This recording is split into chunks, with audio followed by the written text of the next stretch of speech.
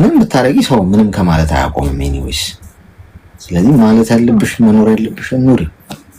ማለት ካለበትም ሰው መፈልጊውን አድርገሽ ይበል። እሺ እሺ ኦኬ እሺ አመሰግናለሁ።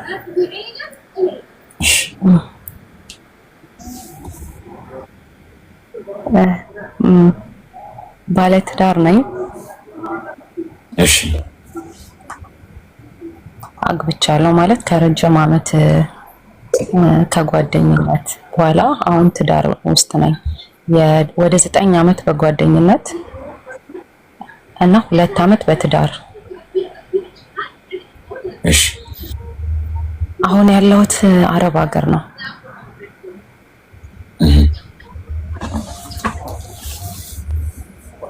እና 9 ዓመት በጓደኝነት ስንቆይ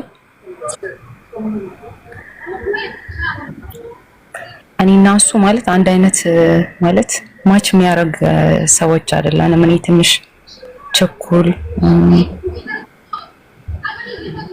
ሁሉም ሰው እንዲወዳት ምናምን የምትፈልግ አይነት ሴት፣ በጣም አስቸጋሪ ምናምን ነገር ነበርኩኝና እና ያን ሁሉ አመት እሱ እየሸፈነ ባህሪያቴን እሱ እየቻለኝ ምናምን ነው አብረን ይሆን ነው። እና በጣም አሪፍ ባህሪው ጥሩ፣ ብዙ ሰው የሚወደው ብዙ ሰው የሚያከብረው ምናምን አይነት ልጅ ነውና እኔ ጋር ሲመጣ ግን ያን ሁሉ ባህሪያቱን ትቶ በቃ ማይሆን ማንነት እንትን ብሎ ነው የሚመጣውና እኔ በጣም በቃ ሪስፔክት አላረገውም ማለትም እንዴት ላስረዳ፣ በቃ ከንቀት ይሁን ብዙ በጣም ስለወደደኝ ይሁን ይሄ በእጅ ያዙት እንደሚባል ነገር አለ አይደል? በቃ ከሱ ውጭ እኔ ለሌሎች ሰዎች ነው ቦታ የምሰጣቸው፣ ክብር የምሰጣቸው፣ ሌሎች ሰዎች ነው እንዲያወሩ የምፈልገው። እሱ እንደሚወደኝ ከሱ አፍ ከመስማት ይልቅ ሌሎች ሰዎች እንዲሉኝ ነው የምፈልገው። ሌሎች ሰዎች እንዲወዱኝ፣ ሌሎች ሰዎች እንዲፈልጉኝ። አንድ ሰው ብቻ እንዲፈልገኝ አልፈልግም ማለት ለዛ ነው ቅድም እየፈራው ነው ማውራት ያልኩ ማለት የሚያሳፍር አይነት ነገርም ስለሆነ ጭምር ማለት ነው። እና ግን እንደዛ እያለ እሱም ሳይተወኝ ይህንን ነገሩ እያወቀ ሌላ ወንድ እንደማወራ ከሌላ ወንድ ጋር እንደምገናኝ ምናምን በቃ ማደርጋቸውን ሁሉ ነገር ያውቃል። ግን እያወቀ እየቻለ ዝም እያለ ምናምን ነው አብሮ የሚሆነው። እና እኔ ዝም ማለቱና እያወቀ ከኔ ጋር መሆኑ ለሱ ቦታ እንዲኖረኝ ሳይሆን ያደረገው እንደውም በቃ ሌላ ማየት ማይችል ሰው ከኔ ውጭ ህይወት እንደሌለው እኔን ካጣ የሆነ ነገር እንደሚሆን ምናምን በቃ እና እኔ ምንም ባደርግ እሱ የኔ ነው ከኔ ጋር ነው የሚሆነው። እኔ ከሌለው መኖር እንደማይችል እና ቤተሰብ ሁላ በቃ አብረን እንድንሆን አይፈልግም። ምን አይልም ያውቃል ቤተሰብ የኔን ባህሪ እና የሱ ቤተሰቦችም የኔን ባህሪ ስለሚያውቁ በቃ ከኔ ጋር አይግባቡም። በጣም ነው የሚጠሉኝ እና እንዳሸንጉሊት ነው ምናምን የምትጫወተው ይሉታል። በጣም በቃ እና በእኔ የተነሳ ከብዙ ነገሮች ከስራ መሄድ ማለት መድረስ ካለበት ቦታ ሁሉ በእኔ ምክንያት ብዙ ነገሮች እንትን ሆነውበታል። እና ግን እንደዛ ሆኖ በቃ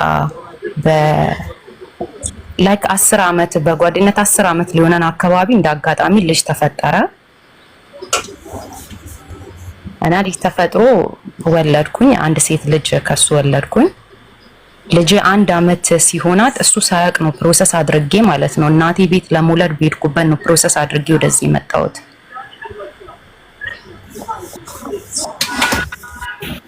ስላልተቀበልኩት ማለት ልጅ ወልጄ ልጅ እናት ሆኜ ከአንድ ሰው ጋር ምናምን ሆኜ መኖርን አልተቀበልኩትም ማለት ዝግጁ አልነበርኩም። ልጅ የሚባለው ነገር ስለተፈጠረ ብቻ ለምን እኔ ከሱ ጋር ሆኜ የልጅ እናት ሆኜ ምናምን እንደዚህ ልኖር በቃ ምናምን መሸሽ ነው የፈለኩት።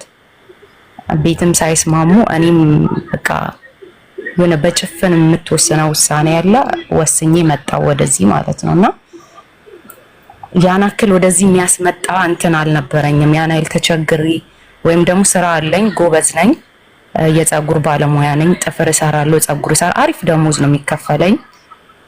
ከራሴ አልፌ ተርፌ እናቴን ሁላ ነበር ምረዳው በዚህ ስራ። አሪፍ ነው በቃ ማለት በቂ የሚባል ነገር ነበረኝ። ከዛ መጣው ግን ያው እዚህ ስትመጣ ደግሞ ያለው ነገር መዳም ቤት ነኝ። በጣም ብዙ ቻሌንጅ አለው። እንደጠበቅኩት አይደለም፣ በጣም ይከብዳል ነው እና እዚህም ከመጣው በኋላ በጣም በቃ ሊረዳኝ ይሞክራል። መምጣቴን ባይቀበለውም ከመጣው በኋላ ግን ተቀብሎ ያን ህይወት አምኜ ተቀብዬ ችዬ እንድኖር በቃ በጣም ነው ትሪት የሚያደርገኝ። ጎብጂ፣ ጠንክሪ፣ በቃ እንዲህ ሄደሻል፣ ወርሽን ጨርሰሽ እስክትመጪ ምናምን ይለኛል። እስቲ ልጁን በጣም በታማኝነት ደስ በሚል ሁኔታ ልጁን ይዞ እያሳደገ ነው። እናቴን ይጠይቃታል ምናምን። ግን እዚህ ከመጣው በኋላ በቃ ሌላ ሰው ነው ማውራው፣ ከሌላ ሰው ጋር ነው ማውራት የሚያስደስተኝ። ኢቭን ከሱ ጋር እያወራው ስልክ አስገባበታለሁ። ሌላ ሰው እያወራሽ ነው አይደል ምናምን ይለኛል። እንዴ በቃ ባወራስ ምናምን ብዬ በቃ መልሼ እሱን ጥፋተኛ አድርጌ ተናድጄበት ምናምን እዘጋለሁ። በቃ ምንም አያስደስተኝም ማለት በቃ ያናደኛል። ኢቭን ሳወራው ዝም ብዬ ነው በቃ የምናደደው። ጥፋቴን ደግሞ እያወቀ እንደዚህ እንደማደርግ እያወቀ ለምን እኔን አይተወኝም? ለምን በቃ ከሌላ ሰው ጋር አብሮ እሺ ለምን እንደማይሆነው ለምን ከኔ ጋር ብቻ ይሆናል? እኔ እንደዚህ እያደረኩበት ሁላ አላለው ማለት ነው። እና በቃ ግራም ያጋባ ስሜት ውስጥ ነው ያለሁት። አሁን አመት ከምናምን ሆኖኛል እና በጣም በቃ ግራ ያጋባኝ ነው። የራሴ ነገርም ለራሴም ሁላ እየታመንኩ ነው። በቃ ብቻ ግራ ገብቶኛል። የሆነ ነገር በለኝ። አሁን ምን ያህል ጊዜ ነው የሆናችሁ ተለያይታችሁ እንደዚህ? አንቺ ሰው ሀገር እሱ እዛው ነው ምን እየኖራችሁ ከሆነ? አመት ከ3 ወር።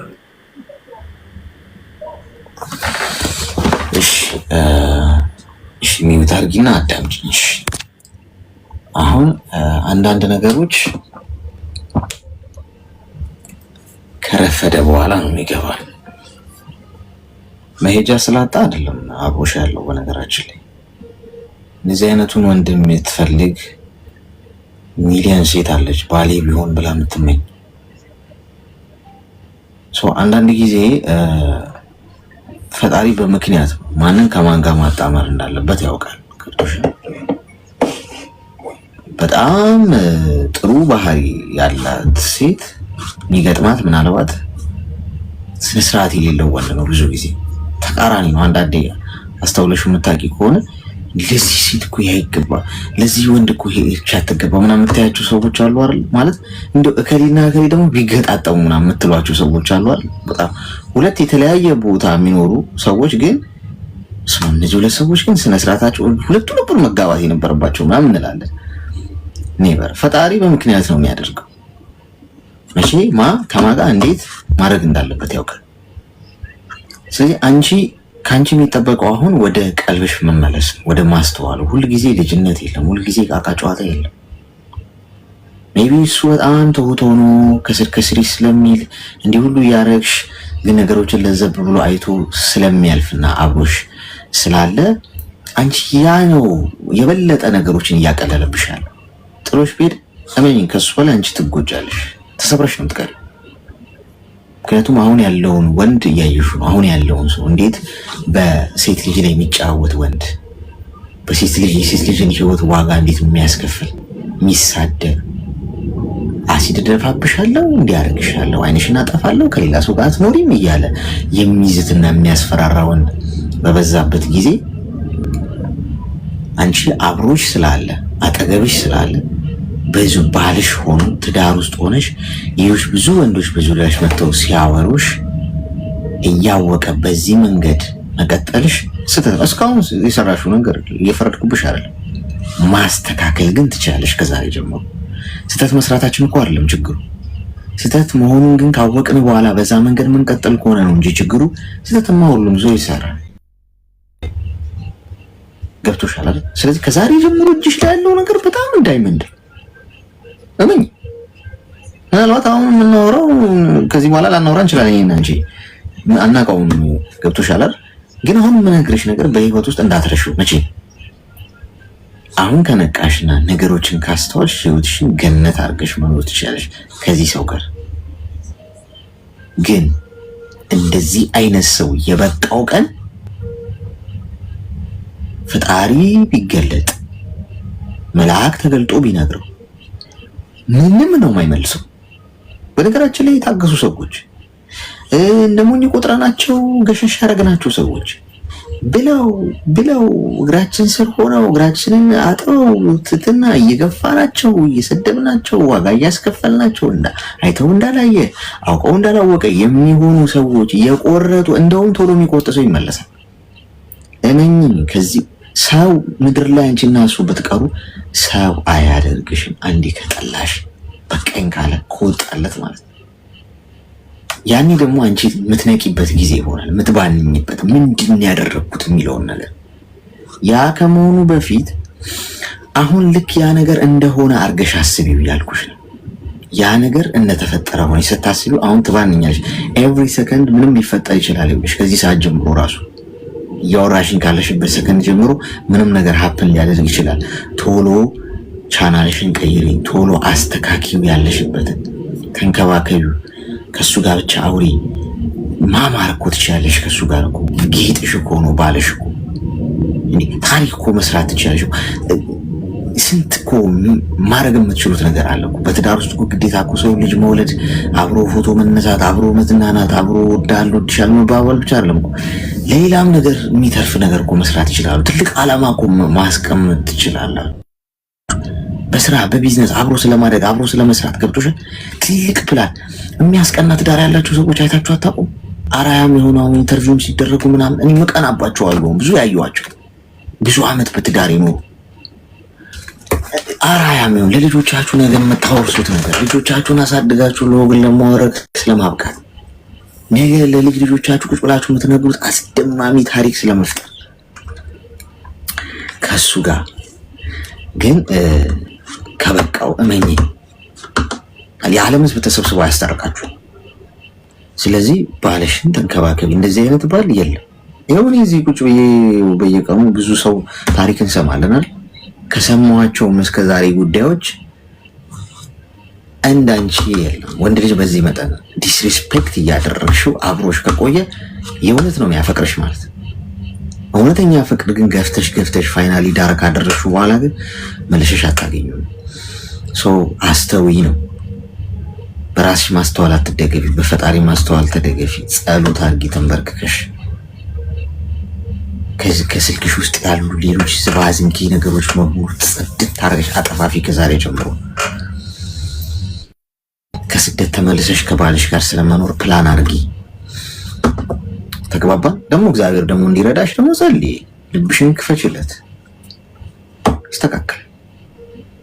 እሺ እሺ እሺ፣ አመሰግናለሁ። እሺ እሺ፣ እንዳታጭው ይሄንን ኦፖርቹኒቲ እመኝ፣ ነገ ይቆጭሽ።